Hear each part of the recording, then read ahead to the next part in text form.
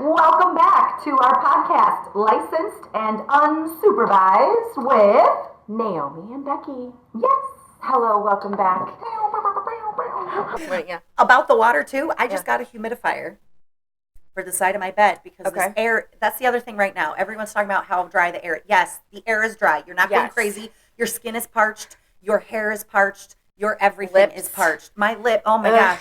You can't keep, I bathe in Vaseline almost all the time. I know. And then nothing looks like anything changes. So, not on my hair. Do not put Vaseline on your hair. Coconut oil is not the answer either. No, it's too We'll big of a get to it molecule. another day. Anyway, but I got this humidifier. Yeah. And I have only had it on the side of my bed. It's making a difference. Like sleeping, I don't feel as dry in the mouth or throat. Great. Yeah.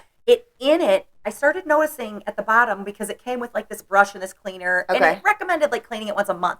So I'm just approaching when I should like start cleaning it. Yeah. Well, anyway, I pull this thing out and I started noticing there's changing colors. So I pull it out. It's the filter. It's this little like ring of a sponge type thing. It is like the color of my hair. Copper. Gold. It's being filtered out of the water. So that way when it diffuses, it's not coming in. But, okay, so that's the water I like usually put in my water bottle. And like the water that is going on people's hair. And we don't live anywhere that it's not well water. No. It's not like bad. It's city water. We're in city Metro water. Detroit. I did not think that it was bad water. I think it tastes good. I don't know if I was supposed to think that, but well, and here's the thing: if you Google it, it'll tell you to use the distilled water in it. However, are you supposed to shower with distilled water? Are you only supposed to drink distilled water? Are we supposed to use that here? Like, where does it end? You know, so like, I know. so that's what. And then I have a weird thing with water. Do you know about my weird thing with water? I don't think I do. I have a weird thing with water. Are you one of my water weirdos? No, I am super water weird. So, for example, I'll give you an example this morning. I took a shower last night because I was cold. Like, so I just got in the shower and I took a hot shower, and then I got in bed and went to bed, and I hung my towel up. And then when I got in the shower this morning, husband so graciously hung a towel up, but it was not a fresh one. And I will not use a towel that is not fresh. Oh, you are my mother. No, I'm just kidding. Because that water somehow now has legs and is amoebas.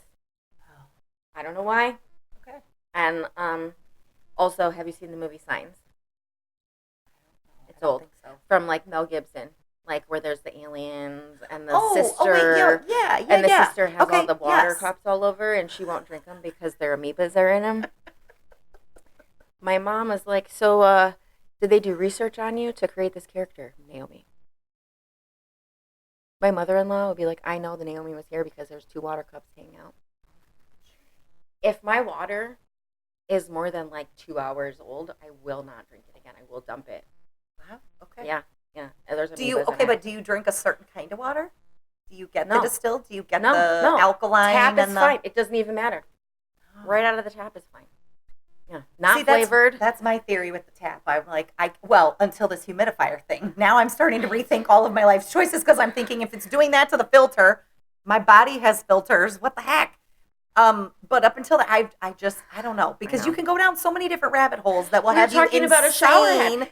I know my client was like, I've been looking for a shower head we can sell here. Oh, because I am water weird. In there. I am water weird, but also like there has to be a boundary because if I can't actually solve it, then I can't even address it. I just have to manage myself, right? Like I'm the problem, and I know I'm the problem. So like, and flavored water is the same for me. It has amoebas in it. Okay. So I don't like it. Why did you put weird shit in your water? Okay. I don't know. My brain's weird. I put all the things in not all the things. I have a electrolyte thing. And I just like a little bit of flavor. I don't like a ton in my water. And then I put Celtic salt in. Celtic salt has, is it 92 of the minerals that our body needs? Oh. And also then the salt. Does it taste salty? It doesn't taste that salty, no. Because you just put it's like chunky, and you just put like a couple little. You want me to put chunks in my water? I just told you I can't have amoebas.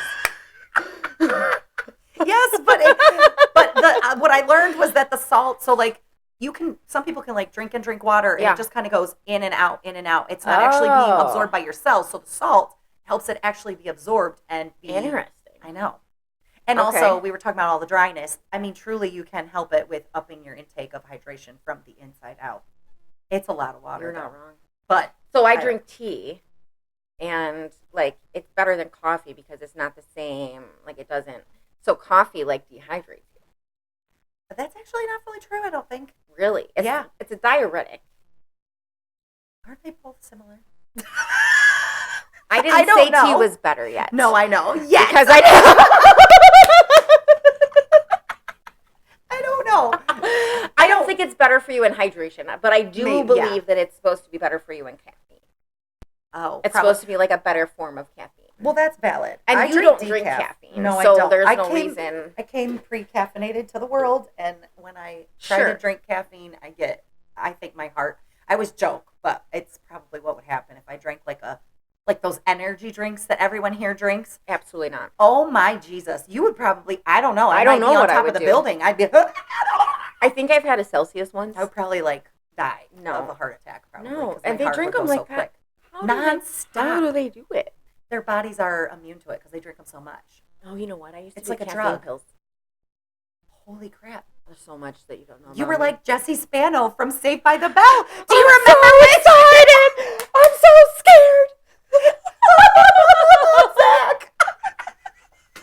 That was such a funny episode. That was such a good episode. So funny. But yeah, no, okay. Yeah, I did a lot of bad things. I mean, so did I. I just did them in different ways, but that's all right. Yeah.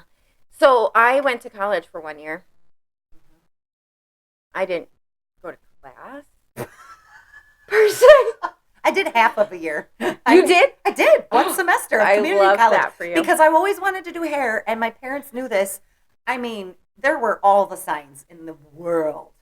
And you would think someone would just give me a little nudge. No, I would talk about it, and they were like, well, okay. You know how hindsight, you learn things as an adult, so you see your parents a little bit different. I now know the why, and I've known it for a while, but at the time, my mom and dad were both like, you need a 4-year degree. You got to get a 4-year degree. Got to get, again, we grew up in 80s and 90s, and that whole 4-year degree BS was being push. Right. And I don't say there are things, please, if you are going to operate on my body, go and get 10-year degree. 100%. Do all of the degrees. Absolutely, yes. You need all of that, but not everyone. And so anyway, I love kids, and I wanted to go into social work. Can you see me? Well, my major was early education. Okay. What the fuck? You didn't even I don't kids, like you kids. said. You went into early education. I thought I liked them then. I do genuinely love kids. I don't. I genuinely don't. I love to. I volunteer with kids. I love to be around kids. I think they are the coolest things ever because I think in my mind that's where I identify the most, because where else and when else can you in life throw around glitter like that and no one gets mad? No one gets mad at me because I don't care what their feelings are. Right, but people have feelings. When you're little, they don't care all the way at all. They're like, oh, cute, Yeah. Anyway, you're not wrong. Yeah. Mm-hmm. But yeah, I went for a semester and they were get the 4-year and then go to hair school. And I was like, God, I went to class. I had one class that I actually enjoyed because I had an Ethiopian professor. He had a really long last name, but he let us call him Dr. E. Thankfully. But you want to know what the class that I enjoyed was? Communications. Shocker. Everything else I hated. Yeah. And so then I came up with this whole presentation for my parents. Like, hey, here's what I really want to go do.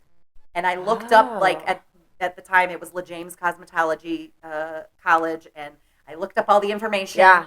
And I was like, because I went and visited it on my own before I even talked to them. And anyway, then I presented it, convinced them to let me go on a tour, and they were excited. And then they helped with a portion of my tuition. I love how respectful all of that was for you. Oh, you're such a good daughter and all of that. I feel like my parents would say otherwise because I am I was pretty asshole-ish when I was that age. Well, I look back and I'm like, yeah, I was a dick. I was. So in June, I have a graduation party, and I get a bunch of money. I don't know, more than a teenage 18-year-old should have in their bank account, right? Yeah. Love that. And then I sit my parents down, and I say, so me and this boy that you've told me I'm never allowed to see are going to get married, obviously, and we love each other. So if I can't be with him, then I can't live here anymore. And they're like, well, you can't be with him. And I was like, okay. So my take on that for many years was I got kicked out of my house. I'm a grown up now, and I know that's not what happened. Yep. I did not get kicked out. I made a choice then, and apparently, I don't remember this part, so it could be true. Apparently, I left a note and just moved my shit out that day. And like, boyfriend, I had a pager, and so boyfriend I had to page him back. Like, he paged me, and I had to page him back. Like, one code was, you're allowed to come in and talk to my parents, and the other code was, they said no, and I'm moving in with you. This was a 19-year-old boy living in Kalamazoo in an apartment with another boy going to college. He did not sign up for that. Can you even imagine if your son or daughter, your daughter's not quite old enough for that yet, but can you even imagine? I cannot. Right. That's why my kids can't imagine like my things at that time. Like, I have 23, almost 21. We did not have the internet. Yeah, we did not. I didn't have a phone. I had only a pager. So I was now leaving I was leaving a home without a phone of any kind. Just out in the world, just hoping I was going to make it. No fear. No fear. Fear has never been my issue, ever. Same. Ever. No, not like that. I have fears of certain things, but not of like the worst, like, I'm afraid of fish. And amoebas in the water. And amoebas in the water. Same thing. Fish.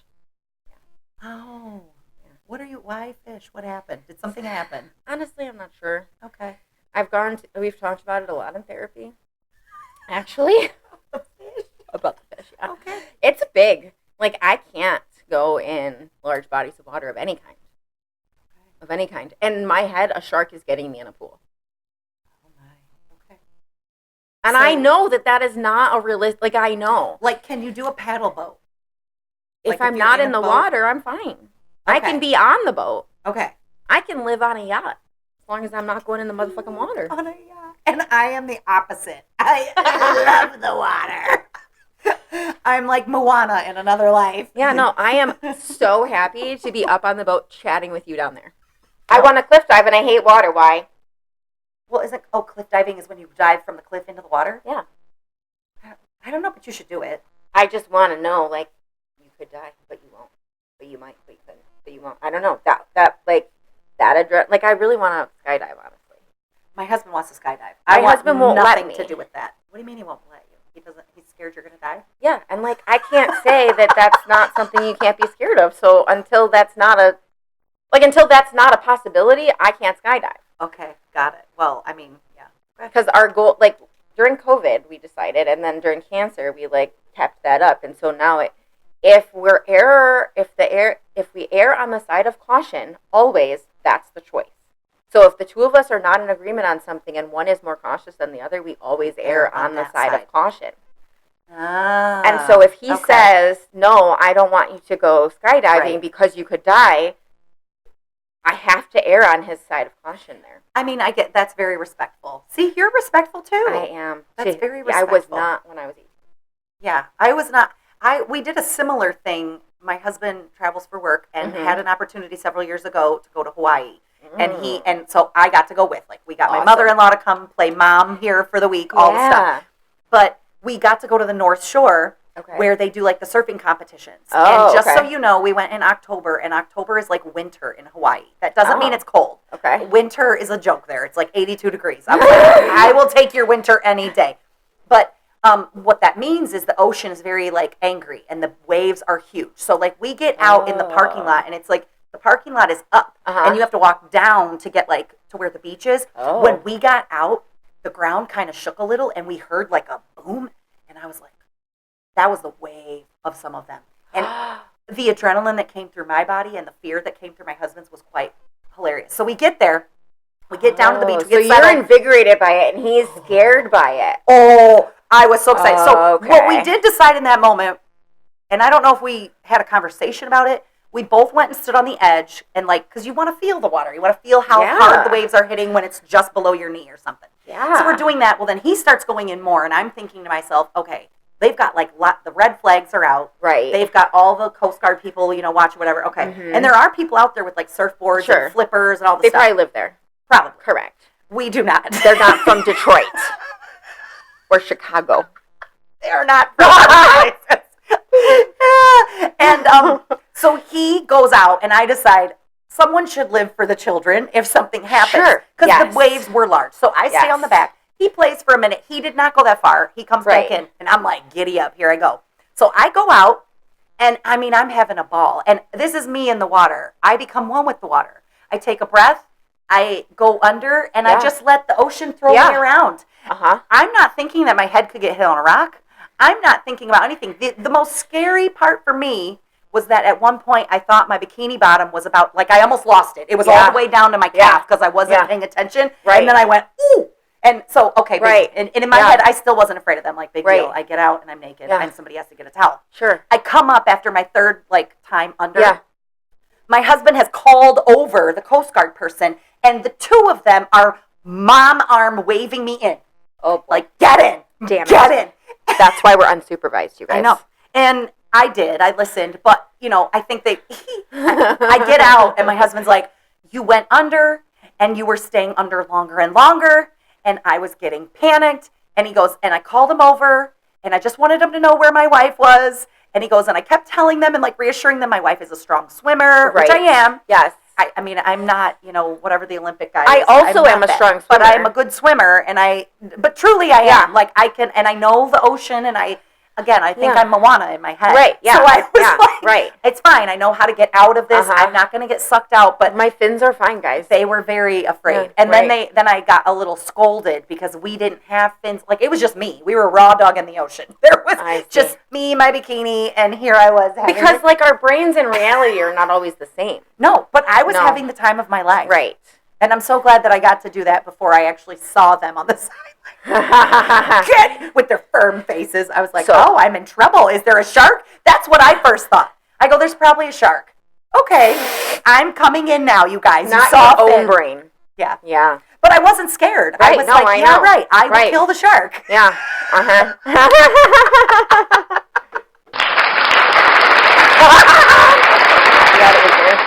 I know. Well, did you hear the story about me and Alayna with the Uber driver? From this perspective now? Pieces. Well, now from this perspective. So,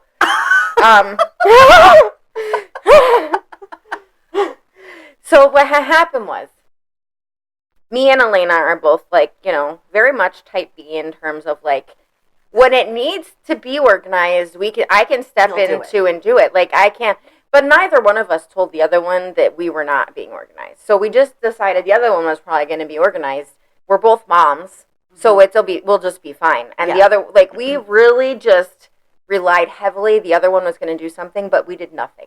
Zero prepping, zero planning. We honestly didn't even. We got on the plane, and what are we doing when we get there? Swear to God.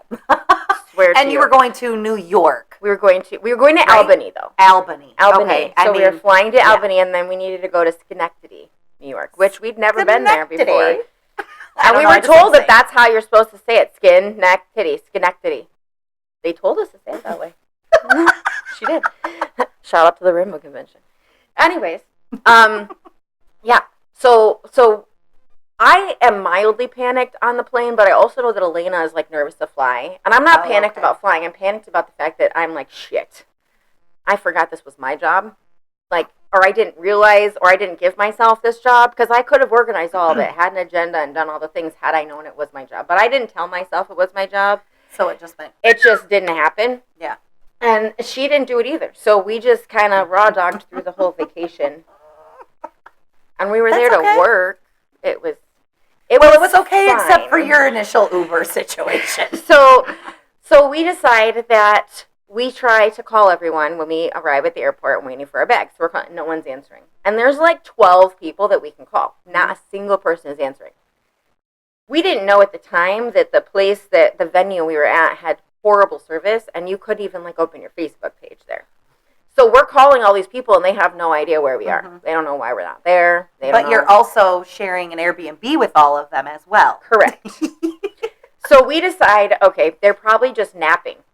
We've decided. They're napping, or they're just at the venue setting up, and they're just not paying attention. So we'll go to the Airbnb and meet up with whoever's napping, we've decided. We get to the Airbnb, and there is no one there. The door is locked, and the Uber driver has left us there with our luggage.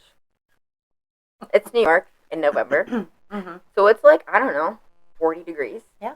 So we're standing there, and we have huge luggage. Because this is like a 6-day trip. Like, we didn't go over. Like, this was like, we have our huge-ass luggage, plus the carry-on, plus our backpack, like, whole thing. Yeah. And we're just standing there, and we're laughing. Because, like, what are you supposed to do other than just laugh at this? And so then we decide, okay, so we try calling all of our friends again. No one's answering again. So we decide to call the Airbnb to be like, are you here? Can we drop our luggage and then Uber somewhere else? Yeah. This person does not speak good English. And now they're like, you're not supposed to be there till 4. And it's like 1. And so then I'm like, oh, no, we've messed it up. Because it's not our Airbnb. Like, we didn't schedule the Airbnb. Right. It's not our name. And now we've just made bigger issues. So we're like, okay. So we just decide that doing this sober has not been fun, and that we now can no longer handle doing this sober because this is too difficult. And we don't have to drive, so it doesn't matter what so you're like, we can garden a little. Yeah, so we decide that we're going to go gardening.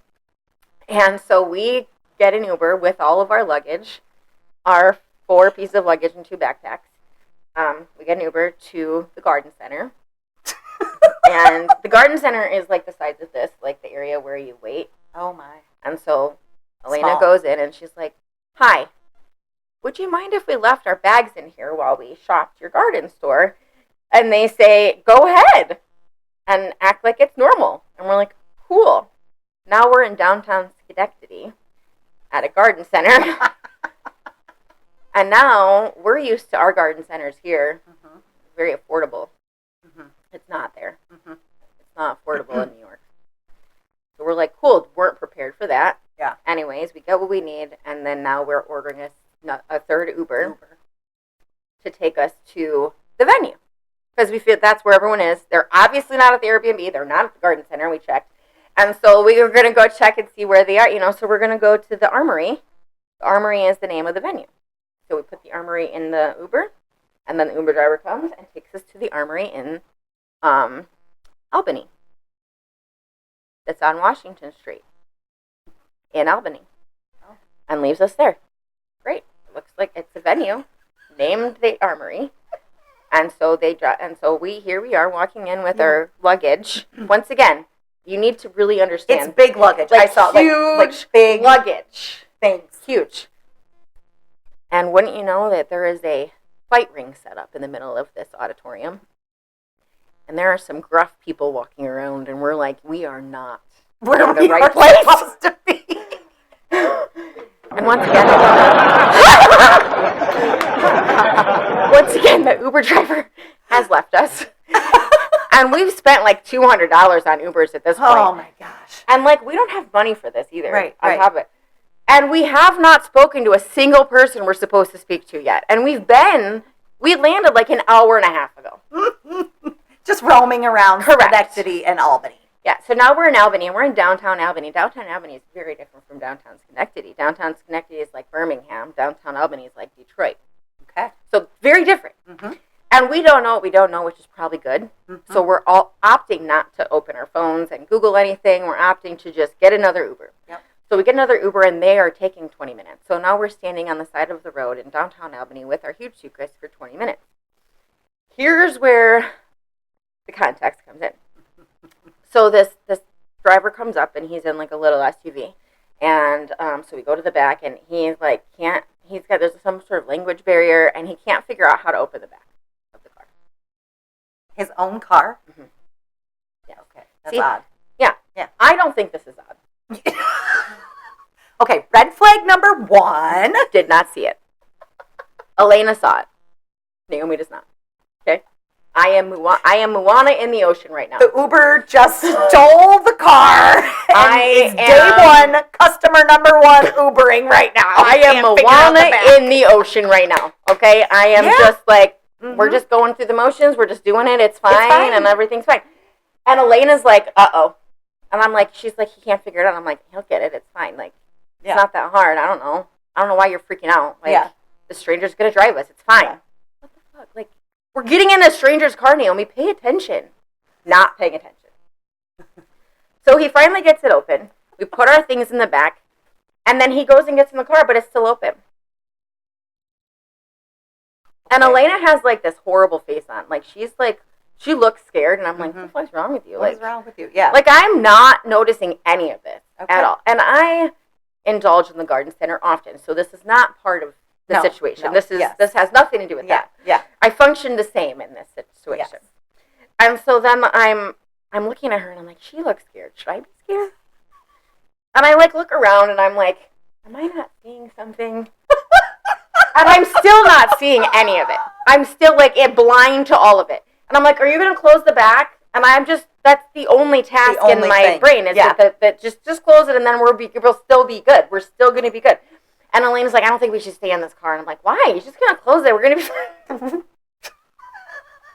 fine. So finally she makes the decision. And I'm her boss, so it probably was a little challenging maybe for her to be like, let's go.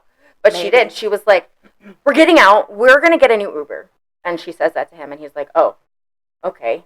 And then he, like, gets his phone, and he goes in the back, and he, like, takes it out. Because he couldn't start his car. That's what it was. He couldn't start his car. Right. This had to be, again. We were going to be trafficked. He just stole this car, and it's like, I know, I'm going to hook up with an Uber app.